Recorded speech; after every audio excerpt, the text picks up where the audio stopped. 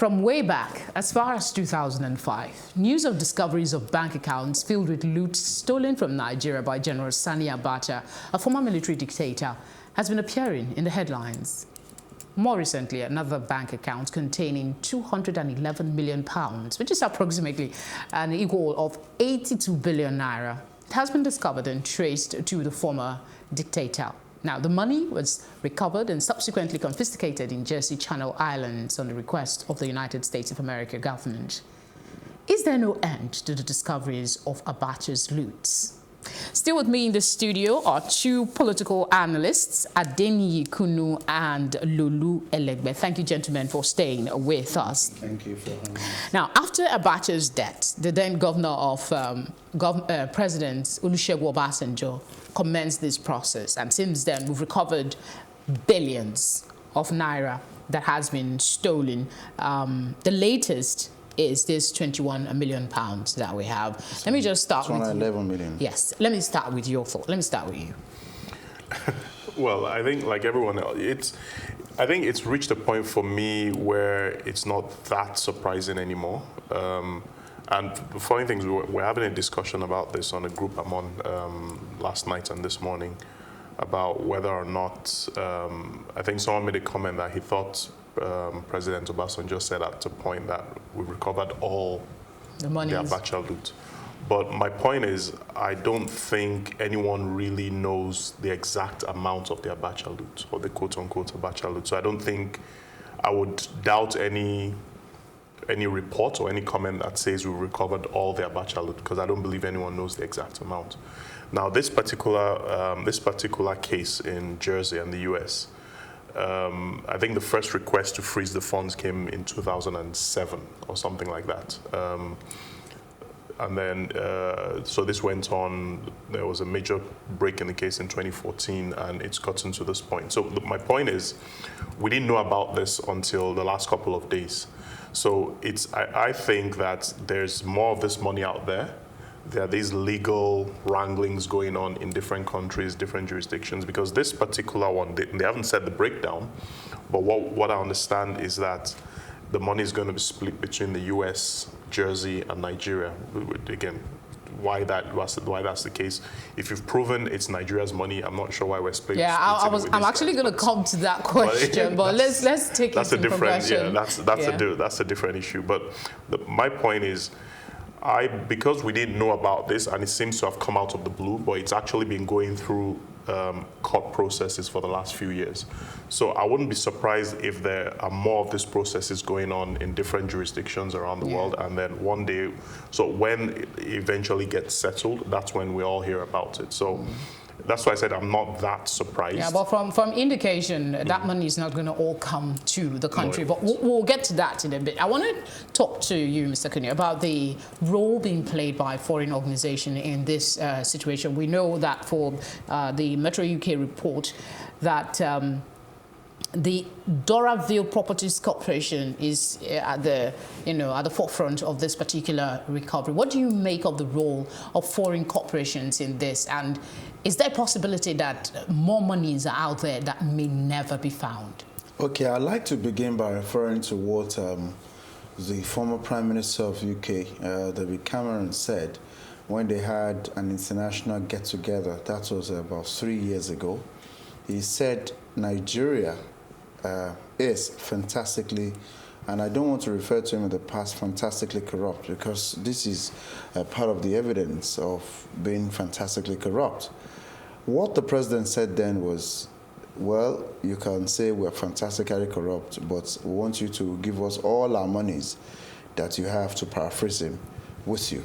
Now, the reason I've said that is there is no money laundered that doesn't have the input of an international organization, one, and in most cases, the states or countries, as it were, where the monies get sent to, are also aware of the volume of funds coming into that country or into that state.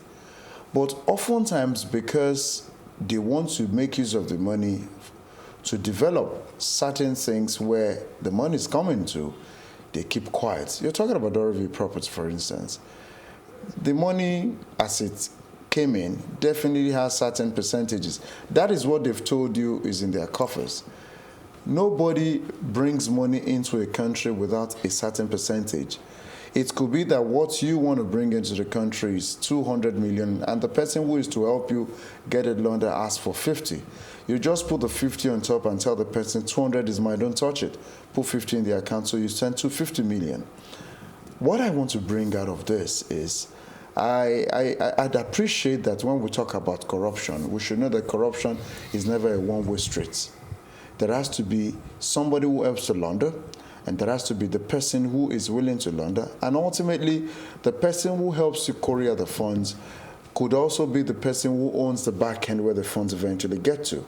So that established, we have many more of these kinds of Dora VUs, as it were, who are always fronting as legal entities, but what they do is beyond the legal, and that is why the name has appeared very strongly. Now, he mentioned something, and he took it out of my mouth, I should say that, which is that if you have established that certain funds are in your bank accounts, and these funds belong to a country looted by an individual, what is the propriety of wanting to have a share of the looted funds if indeed you are fighting against the corruption? No. Except, of course, you want to tell us that there are certain regulations in respect of certain volumes of money that comes into your country that you have to pay certain percentages as charges. If that was the reason, I'd agree, because it's a financial policy. But to say that they have to decide a sharing formula where they want to know what goes to Jersey, what goes to the US, and what comes back to the country, then it calls for a lot of questions. That's my position. I'm going to still ask that question, even though you've answered it a bit in your response. To a layman, if a layman, I don't understand financial matters in details, except I sit down to study, I come to you and ask, is it not my money? Why should I share it? Well, it's a good question, and I think it's what he's touched on as well, which is, look, you've established, the whole point of going through this legal process was to establish ownership, A, and B, how the money was made. Is it legal? Is it illegal? And I think from everything we've seen now, they've established that it was illegal. So while I understand that because of financial systems and banking systems and all those things, yes, there will be charges. I completely understand that. But I think the context in which I'm reading some of these comments about sharing formula, quote unquote, it doesn't sound like charges. It sounds like we are getting a percentage.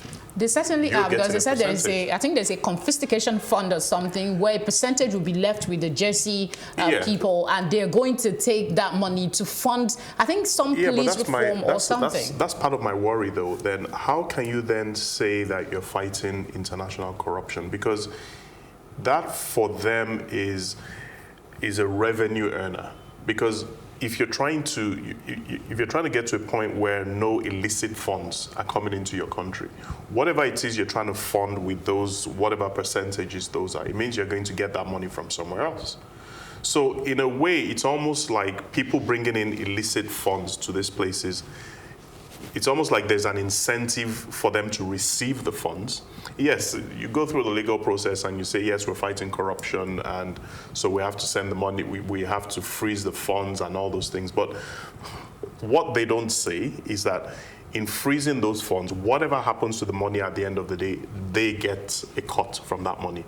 So I don't think they make it seems, again, I don't know a lot about financial transactions, but it seems to me like it's easier, it's almost like they made it easier to bring the money in. And at that point, yes, you can ask all the questions about the source of the funds and those sorts of things. But I don't think it should be that easy to even have the money in those accounts in the first place. I mean, yes, financial systems have changed a lot in the last decade, especially post 9/11. And some of these funds obviously have been there from the 90s, maybe even early 2000s. Okay, let's take some reactions to this latest announcement. We'll get to talk about what this Abacha loot has, brought to Nigeria in the first instance. Now, The PDP started the whole thing. They started by saying Buhari has been putting Abacha on a pedestal. They actually referred to him as his hero at some point. And they're saying that the PDP national chairman is saying there is nothing on the ground to indicate that the looted funds will not be stolen again. And considering no clear account has been given of previous loots that were returned, do you think this would elicit some reaction from the presidency? This accusation that I don't believe anything much will be done with this time around. Okay, let me refer to the penultimate loot that was recovered, about $300 million. Or thereabout, that was brought from Switzerland, that Switzerland actually released to Nigeria. And we're told by this administration that that money will be distributed amongst the poorest of the poor. I know that that position was first of all discountenanced by the international community. And before the fund was even repatriated, they said it would be good that that funds be judiciously used. In the first place, Nigeria, as a country, doesn't have to listen to anybody tell us how we spend the money that belongs to the people in the first place. But I think what is most important is accounting for that which was given to you by your own people, which to me the PDP has been talking about. If you say you're going to distribute it among the poorest of the poor, and I have to remind us that this administration said they will give 5,000 naira to about 25 million people of the poorest of the poor. So I feel very strongly that they have to account for it. Then again, there's something you talked about, which has to do with Abacha. I'm wondering, I'm going to teach a history of government class to say that Abacha, that a national stadium up north is named after, I think, in Kano, and certain roads or certain infrastructure, it's the same Abacha that we continue to recover loot that is stole years ago. So I think we have to do something with the Abacha identity before it knocks us off. I've been told we have very limited time, so I'll just go straight to the other part of the conversation that I really wanted to touch about, and that's what this recovered funds has been used for. You made an allusion to the fact that there was a plan to give to the poor. We don't know where that situation is right now. There should be comprehensive list showing those who got the money. Does it worry you that there is nothing of note Nigerians can point to with confidence that this is where the Abacha loot that has been recovered, billions of naira over the years, was used? Like, I can point to this teleprompter and say, this is the stuff that was bought with that money and it has benefited me. Doesn't it worry you? Let me ask you the question, Lulu. Well, it does, but it's not surprising, again, because for a lot of things we do, there's little or no accountability. Because, look, at the end of the day, you get this, say, what, 300 million or whatever the figure is, you get $300 million back, and we say this is X and X is what we're going to do with it. There's no evidence that I've seen that that money was used for whatever it was they said they were going to do with it. I've not seen, maybe it exists, but I haven't seen it. And B, when we start, we're treating this money like it's a windfall of some kind. It's not. It's money that was taken out of the country illegally in the first place. So all the loans we're getting from China, getting from different places to build certain infrastructures, which we do need, why not put it into that instead of this idea? Because this idea of we'll give 5,000 to everybody, at the end of the day, how long is that going to last? But if you're using that to build something sustainable in the country, these same people you're giving the 5,000 to, they will benefit from those things. Quickly, I have to interrupt you. Your thoughts on what should be the approach to handling these return funds? What advice would you give in a minute if you can? Those who are the poorest of the poor actually are deficient in two major areas. Either they have low skills or no skills at all. It therefore means that you could create hubs or vocation centers where they should learn certain skills and ensure that for the period of time while they are undergoing the training, you could give them that particular stipend to live off. But immediately they've acquired skills, you set them up with certain amounts of money so that they can actually fend for themselves. That becomes better advantage for the economy than for you to continually give them the 5,000 stipend. Your thoughts on that quickly as well? No, I agree with that because I don't believe that handouts, I don't believe it helps anyone. Yes, you have, even if it's $1 million naira, you have it for a period unless you have a clear idea what sort of investments and those sorts of things you want to do with it. But I think if you're bringing in, it's 82 billion, whatever the figure is, and you're splitting that among a few million people, if you're able to take a survey after a year, after 2 years, and ask for the conditions of those same people, you'd be surprised at what you'd find. So I don't think it's a good idea. Thank you very much, gentlemen, for coming on the program. Thank you very much. Right, we will go on a short break and we'll return. I'll be giving you my take.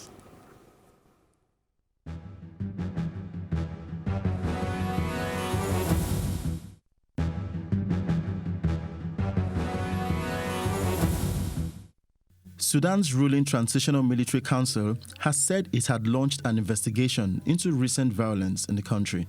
The council's deputy chairman, General Mohamed Hamdan Dagalo, added that no one will escape punishment. At least 60 people died after security forces mounted a deadly raid on a protest camp in central Khartoum, and subsequent unrest, medics linked to the opposition said on Wednesday. The worst outbreak of violence since the army ousted President Omar al-Bashir in April following months of mass protests against his rule.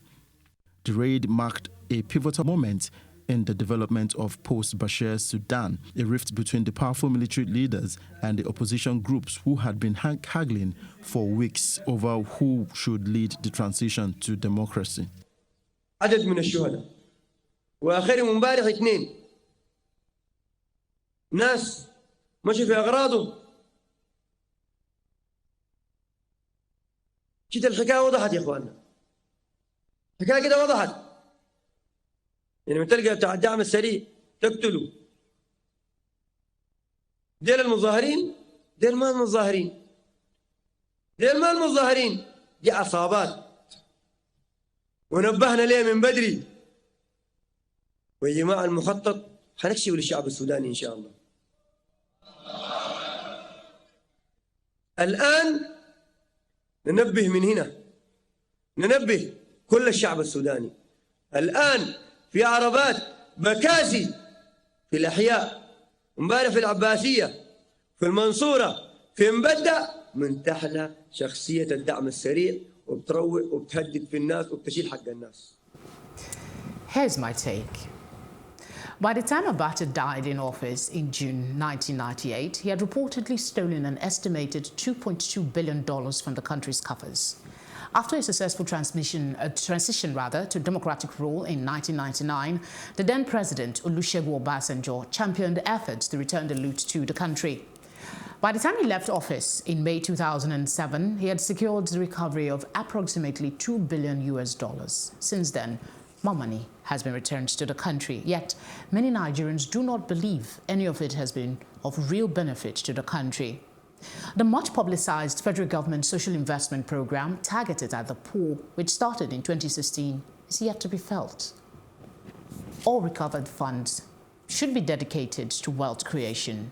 The cliché saying that Nigerians must be taught how to fish rather than to be given fish is apt here. It could also be spent on public amenities such as roads, railways, and boosting our agricultural sector. A portion of it should be set aside to address the needs of displaced persons and rehabilitate the thousands of Nigerians being uprooted from their homes by natural disasters, violence, and terrorism. Whatever is done with these monies, our federal government must ensure that Nigerians do not recover their stolen money from looters only to lose it again to new ones. Transparency and accountability must be our watchword. At least that's what I hope. That's our show tonight. You can catch up on all our previous conversations on Plus TV Africa YouTube channel. Thanks for spending your time with us. Hope it was worth it. See you next time. My name is Felicity Ezewike.